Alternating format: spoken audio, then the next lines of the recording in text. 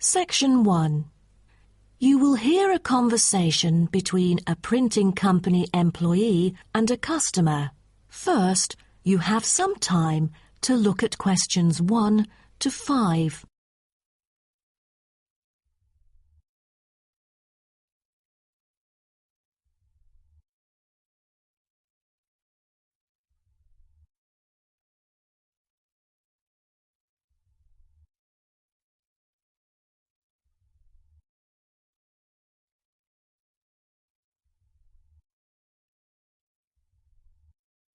You will see that there is an example which has been done for you.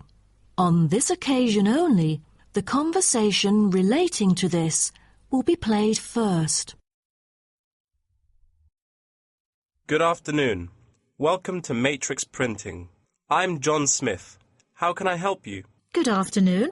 I'm here to reprint a brochure for our hotel. There are some pages that need revising. The customer says the brochure sample needs revising.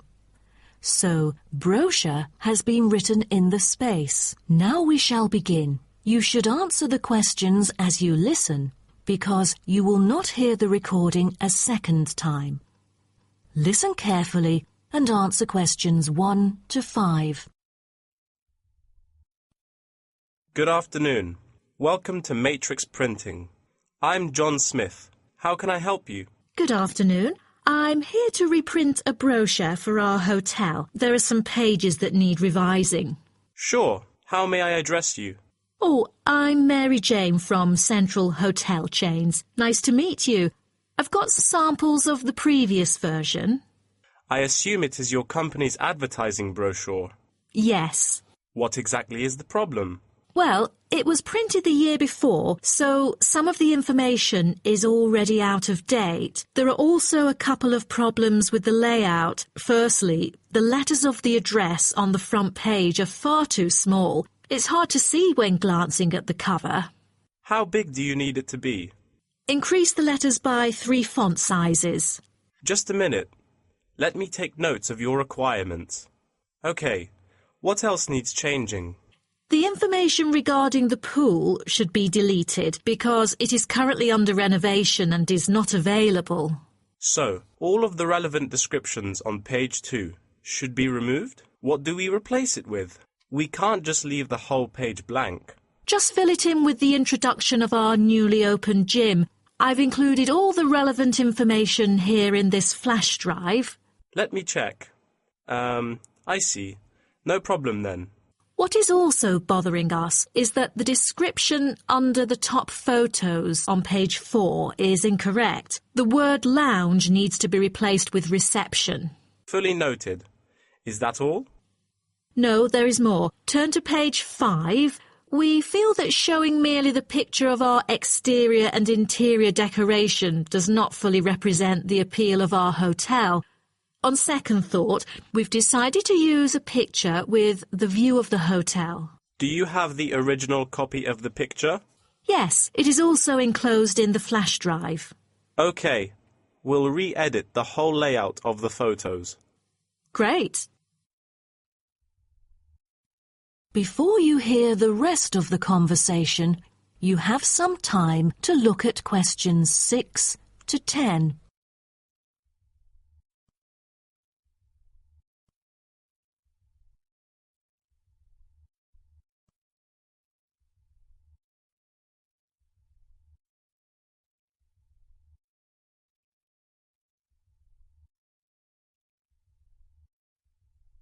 Now listen and answer questions 6 to 10.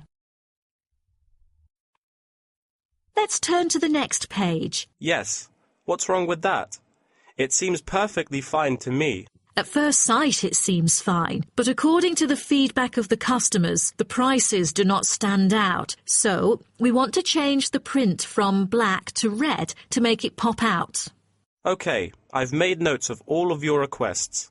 Is there anything else? I appreciate it. Just one final request. Could you translate the whole brochure into Spanish? We have customers worldwide, you know, especially those from Latin countries. No problem. What about other languages, like Japanese, Chinese or German? These are our most popular target languages. I have to ask the manager about the Chinese version. There's been a surging number of Chinese clients during recent years. However, we don't need German or Japanese translations, as we currently don't have many customers from those two countries. Sure. Just keep me updated. So, roughly, when can we get the revised print? We need it before the end of July. It's late June now. Roughly, it'll take 3 weeks to re-edit. So it will definitely be ready before the deadline. Great. To where shall we send the samples? The address is number 9 Green Drive, Clifton, NY 21300. How do you spell Clifton? CLIFFTON, Clifton. And the telephone number? It's 9030366602. Also, if you have any further questions, you can reach me through this number. Okay. That is the end of section 1. You now have half a minute to check your answers.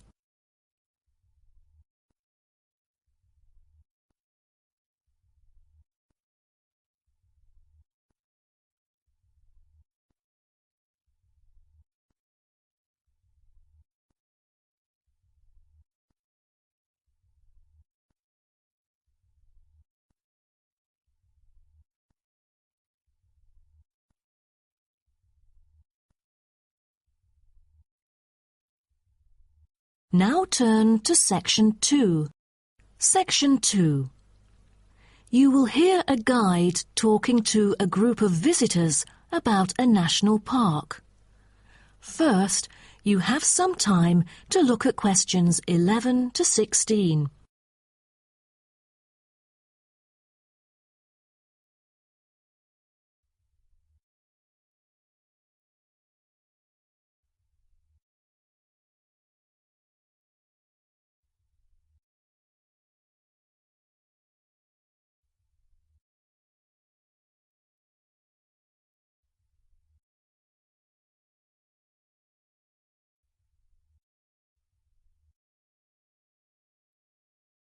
Now listen carefully and answer questions 11 to 16.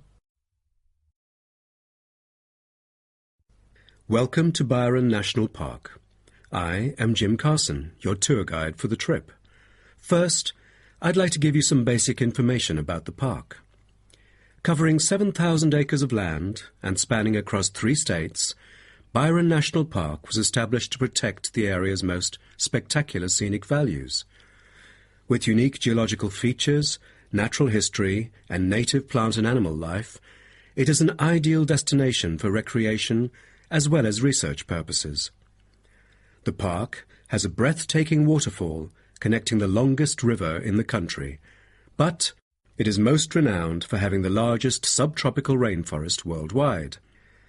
There are many layers of tall, medium, and low vegetation growing with seasonal variations in the park. It is a place where the air seems green. Ardent hikers can find an awesome array of options here. Apart from the dense green rainforest, tourists can also hike along the mountain trail. Despite the stunning view, taking photos is not advised on the way up, I'm afraid, as one might get distracted and the narrow trail by the sheer cliff is quite dangerous. When you reach the top of the mountain, there is nothing better than having a picnic under the trees with your family. Accompanied mostly by wildlife, walkers as well as cyclists may find the bush track a good choice for having a tranquil time to themselves. As your tour guide, I suggest that only expert hikers take the creek circuit, because its beautiful and inspiring scenery through the subtropical jungle is paralleled by its physical challenges. A list of transport is available within the park. Bicycles are a popular choice, as it is the most flexible way to get around. Electric trams are temporarily closed for maintenance. Boat trips down the river are an ideal way to spend a tranquil afternoon. Rest assured that transport within the park is covered in the bill. Extreme sports is another highlight of the park. There are, for adventurous grown-ups, especially those who are comfortable with having a racing heart, scary as it may sound, it is actually safe to participate in extreme sports under strict instructions and close supervision. Abseiling is available regardless of the weather. It is a fun way to overcome fear of heights, gain new skills, and get an adrenaline rush. Bungee jumping and paragliding are also available, except for during the summer. At this point, you might worry about meals here. Well, even though there is only one restaurant in the park at the moment, the variety of dishes is astonishing. There are 2 meals included in the price. Just get your meal ticket at the reception before dining. Also, there is no need to make reservations or worry about availability, since there are plenty of tables. Before you hear the rest of the talk, you have some time to look at questions 17 to 20.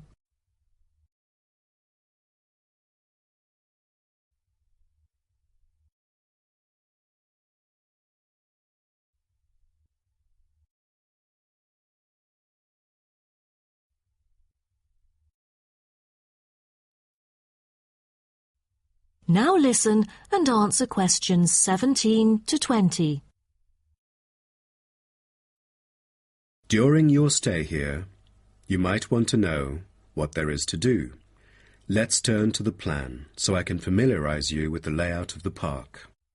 Most tourists would choose to stay in our guest house, located in the southeast corner. It features 63 tastefully appointed guest rooms, many of which offer spectacular views of the park. You'll find a home away from home at our guest house. But for those who want to experience the natural beauty up close, there is also a campsite. When you get out of the guest house, go straight ahead, turn right at the end of the road.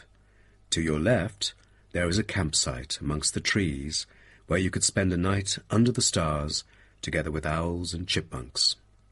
If you look at the top left of the plan, you will notice a picnic area. You can either bring your own food, or we can deliver food to you. Barbecue is an option. The business centre is situated directly opposite the picnic area. It provides flexible, fully serviced offices, conferencing suites, meeting rooms, and is equipped with the latest multimedia facilities. Wired, as well as wireless, high-speed internet is available within the entire premises. The centre is designed to cater to both individual travellers and corporate groups. Visitors can also go to the museum, which holds a vast collection that exhibits local history and a natural habitat. You start from the guest house, just turn left at the first conjunction, then walk past the tea house. Turn right. You'll see the museum after making the third right. Have you found it? Pretty easy, right? To spend a delightful afternoon with a book and a fresh cup of coffee, you can go to the only cafe in the park. From the guest house, you go straight, then take the second right, and you'll see the cafe right in front of you. You might want to check out our all-season tennis court, which offers instruction for all ages and skill levels. It is located right opposite the cafe.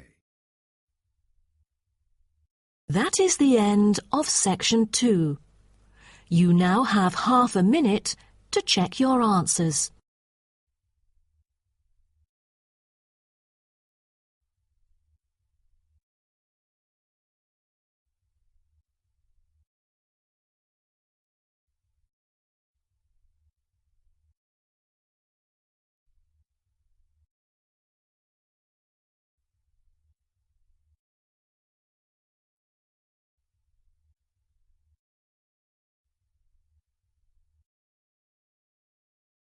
Now turn to section 3. Section 3.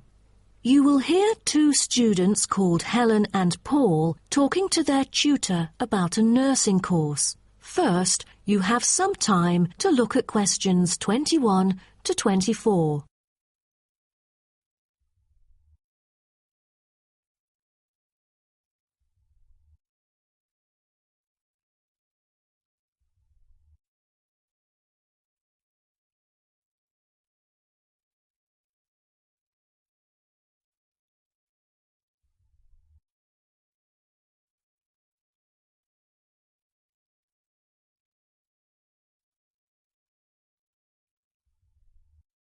Now, listen carefully and answer questions 21 to 24. Helen and Paul, congratulations to you both for doing so well the past semester. You two have exhibited an impeccable performance during your first year in the nursing program. I'd like to get some feedback from the two of you to better improve the program and to provide guidance for our prospective students.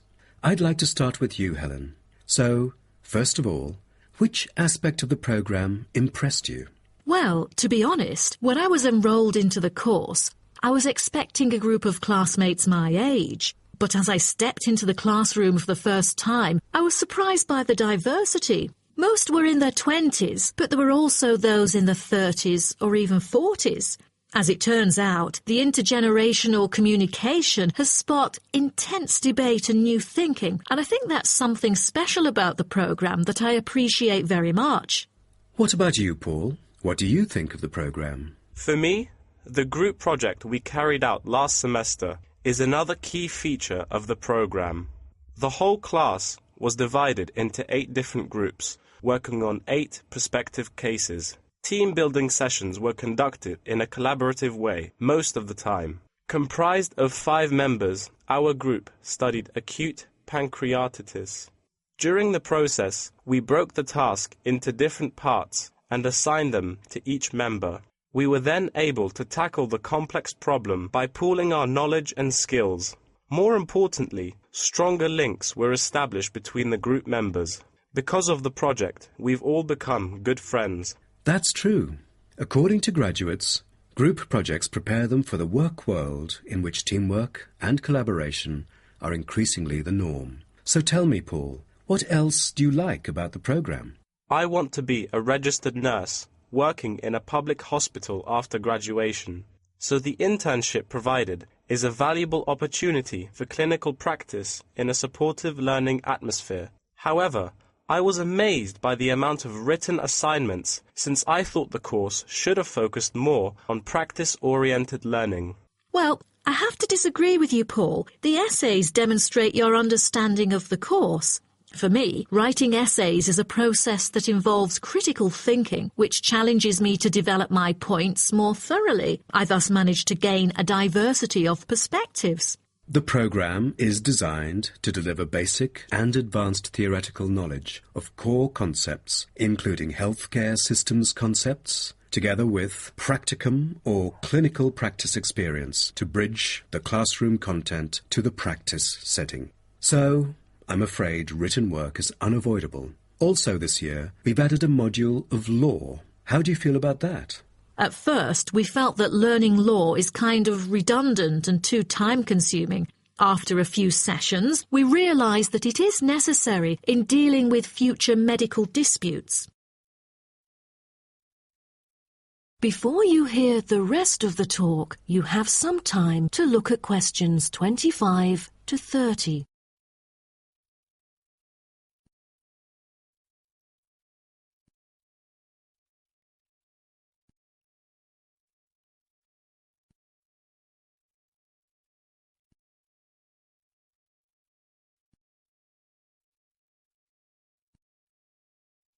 Now, listen and answer questions 25 to 30. Do you have any suggestions for prospective students? What bothers me most is handing in essays on time. I almost missed the deadline once because there were 3 essays due within the same week, so rationalizing your time is critical. Well, that's true. The lectures deliver so much useful information. I have poor memory, so I kept making notes and revisiting them on a regular basis. To my surprise, at the end of the semester, I have learnt the key concepts by heart. How was the research? I heard that it was quite challenging. How did you manage to overcome the difficulties? That's true. The majority of us had no clue how to carry out the research at first. Fortunately, when I was digging up reference materials at the library, I sought help from the librarian. She taught me about finding the appropriate resources and choosing the proper research methods. Have you checked out the online forum? Yes, it has become a habit for me to visit the forum regularly. In a sense, it extends classroom learning. It is where the students post academic problems that they come across and get support from the faculty members. Some of my classmates didn't do so well during the placement tests. I feel that background reading is necessary. Lastly, do you have anything to say to the freshmen? I was really ambitious at first, trying to get straight A's on my transcript. I made tons of notes and worked hard even on the optional assignments to get extra credit. I stressed myself out before having an emotional breakdown. After consulting my advisor, I found it important to set realistic goals. Don't push yourself too hard. It is wise to sort out your priorities. Thank you for coming here today and providing valuable feedback on the program. Have a great summer break. That is the end of Section 3. You now have half a minute to check your answers.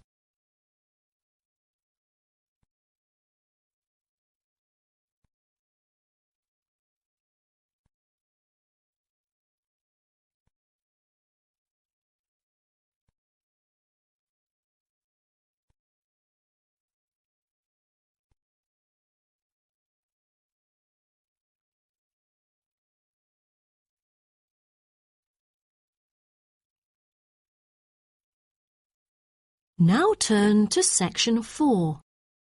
Section 4. You will hear part of a lecture about African penguins.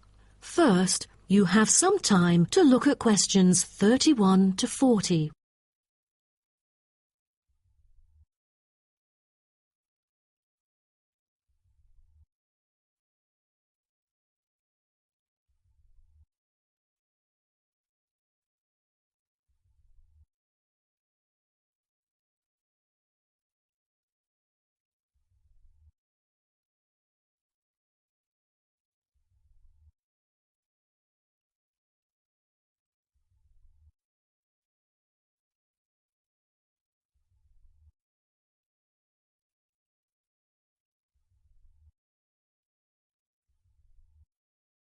Now, listen carefully and answer questions 31 to 40.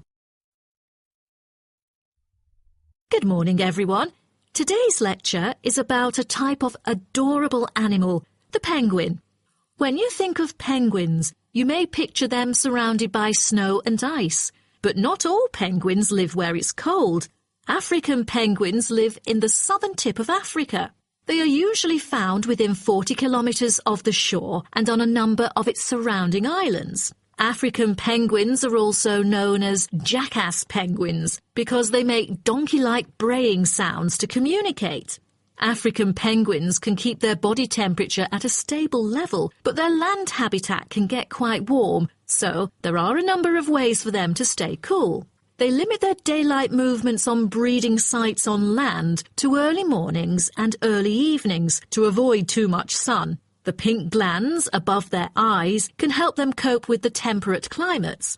Like other penguins, African penguins spend most of the day feeding in the ocean, which also helps keep them cool. Being a type of small to medium-sized penguin species, African penguins average about 60 centimetres tall and weigh up to 3.6 kilograms. They have a black stripe and a pattern of unique black spots on their chest. Males are larger than females and have larger beaks. Even though they are categorized as birds, African penguins aren't able to fly because of their heavy bones. Their wings are more like flippers that make them particularly suited for life in the water. When they're on land, their flippers and their tails help them keep their balance and walk upright. African penguins begin to breed at the average age of 4. When a male and female pair up, they tend to breed together for the rest of their lives. Most other penguins nest and lay their eggs out in the open, but African penguins have a different approach. They dig holes under bushes out of their own excrement, called guano, so they are sheltered from the sun and predators. The African penguins survive on a diet that is comprised mainly of marine organisms. They feed primarily on fish like sardines, along with the occasional squid and shellfish. But when normal food is in short supply, they eat tree roots as well. The streamlined body of the African penguin allows it to move through the water like a rocket, capable of reaching a speed of around 20 kilometers per hour when hunting for food.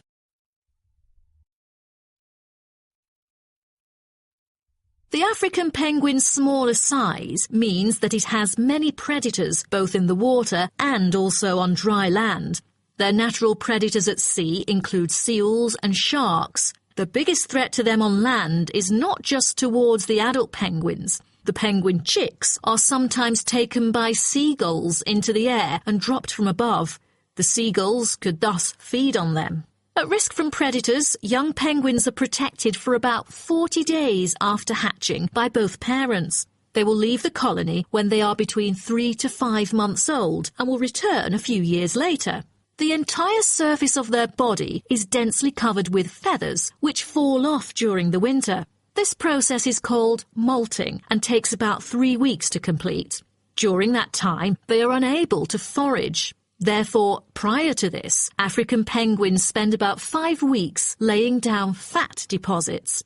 They generally live between 10 to 15 years. However, many do not reach their full lifespan. Their population has drastically declined. Approximately 120,000 African penguins remain in the wild, and their population has decreased by 90% in the past 60 years. They are considered to be vulnerable and have been listed as being endangered. 2 major factors have contributed to their decline. They are struggling for nesting space due to human disruption and competing for food due to overfishing and pollution. With the limited number of breeding pairs, survivorship becomes difficult for African penguins. This makes them especially vulnerable as environmental conditions change or an outbreak of a disease occurs. For instance, avian malaria has caused 27% of the captive breeding penguins' deaths annually. The more genetic diversity there is within a species, the higher the likelihood that at least some of the individuals will adapt and survive. That is the end of section 4. You now have half a minute to check your answers.